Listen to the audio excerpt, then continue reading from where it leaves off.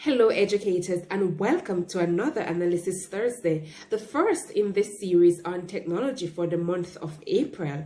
And I am sure that on Sunday you had a mouthful of information related to the Assure model as a model that you can use as you do your lesson planning for your students in the online setting. Now educators, we all know that it's a new normal, and while the Assure model was developed for the physical classroom, it can be changed to meet the needs of the virtual space. And so Mrs. Brown went through and she gave practical tips as to how we can utilize the Assure model as we do our lesson planning and as we execute our lessons. It is important to note that, as we go through and we analyze, that we reflect, we look back to see how it has been and what is it that we plan for the future. Now, I'm sure that we would not have had the opportunity to utilize those tips given on Sunday as we are on a break, a well-deserved break. But as you plan for the new term and going back to school, I am pretty sure that you'll find the information that she shared very relevant and helpful. So in our analysis today, we're just going to be focusing on four analysis key points from what was shared with us on Strategy Sunday.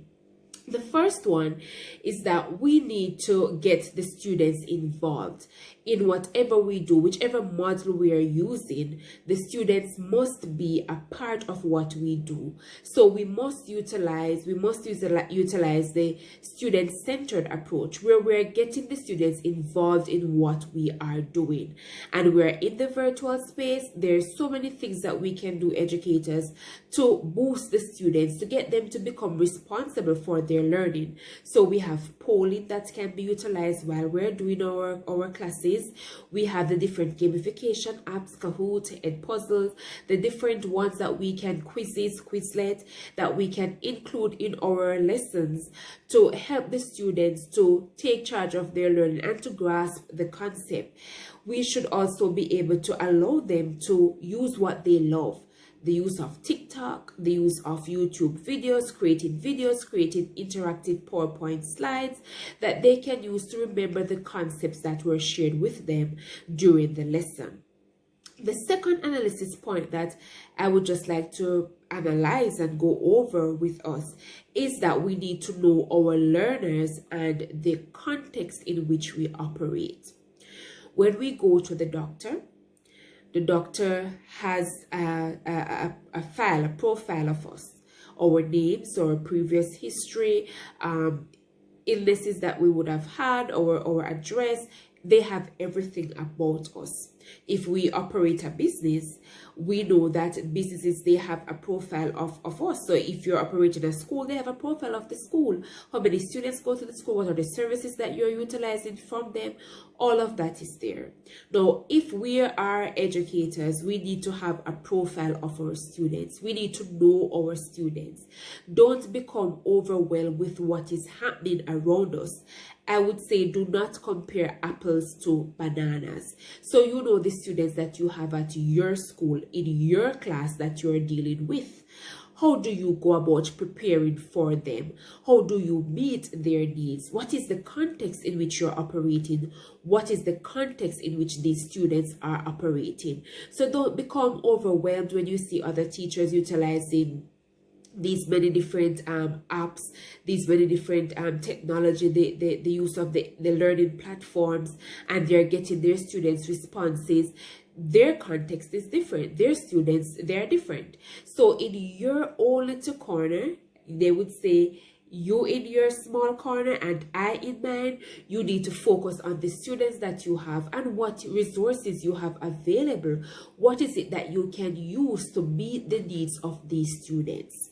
The third analysis point that I will be looking at with you is the fact that we need to be able to select our methods, media, and materials. And this, educators, cannot be done 10 minutes before class time. It cannot be done 5 minutes before class time. Sometimes it is even difficult to do it on the day when you are going to be having the class, even if it is hours away, because there are so many other things that can come up. So strategic planning is very important for you as you plan to select the media and the resources and all of that you need to do for your students. And again, you are going to be using their files, their profile. Who are they? What is it that what are their learning styles? The context in which you're operating. This will also help you. And educators, I cannot overemphasize the need for you to go through the media, especially that whatever resources, but more so the media that you'll be using with the students, because sometimes you go onto YouTube and you just click on a video that is related to, okay, this is explaining algebra, this is explaining antonyms and synonyms. So you just click on it and you just put it into your PowerPoint, or you just upload it to the Google Classroom, or you just send it in the WhatsApp, and you think that that is okay, until when you get to class and you're teaching, and as the teacher you're sitting down and you're listening in because you're sharing the video with the students, you realize that it is pitched at a higher level or at a lower level, or it is not something that is aligned to your objectives. So you want to ensure that your objectives, you know your objectives, and you know exactly what is it that you want to do, and you listen ahead of time before you share the information with the students. Also, you must think about the available resources that you have and that which your students have as well. Do they have access to Google Classroom? Do they have access to printing devices at home when you upload the stuff there to say, okay, print and complete and upload to the classroom? Or would you want to do some live worksheets or so on? These are the things that you need to be thinking about as you select your media, your material, and your resources for your classroom. And remember to keep it simple and short and spicy and engaging, and utilize the 3-minute pause or the minute pause, whatever you want to name it. So you play the video, you pause, have some discussion going on, allow the students to chew on that information, right? So you chunk and you chew on that information, and then you move on. This will help them to solidify the concepts or the content that you have been sharing with them in the video. The final analysis point is what we hear all the time. Whether you were at teacher's college, you moved into your teaching job, at the end of your lesson, you must, let me hear it, you must evaluate. You have to evaluate your lessons to ensure that you are on par with the expectations and that your students have grasped the information. So I know a lot of teachers struggle with the evaluation part, but basically what you're doing, educators, you are evaluating the lesson itself. So you're evaluating the content, you're evaluating the prompts that you use, you're evaluating the strategies. How did the students respond? You're also evaluating the students. How did the students respond? Were they clear on what was presented? What were their responses? What else did they ask about? How did you react to the content that you brought across to the students? Is there room for improvement? What would you have done differently if you were to teach a subject over? Because a part of the evaluation, part of it, it helps you to plan for the future. You know what to do exactly when you teach this topic again, or when you're going to teach another topic.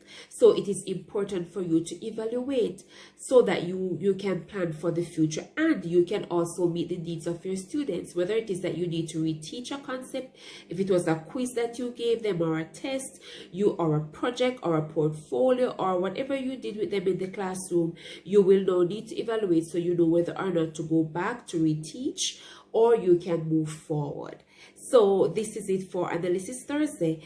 I am Carla Boswell-Lewis, Director for Strategic Educational Consultancy Services, where we are empowering you, our educators. And as always, please like, share, subscribe to our channel, where you can get more valuable information, and you can also share with parents, educators, whomever you think this information will be relevant to, and utilize it. Please remember to comment in the comment section, as you have always been doing. We value your feedback and your opinion, and also the likes and the loves that you send to us.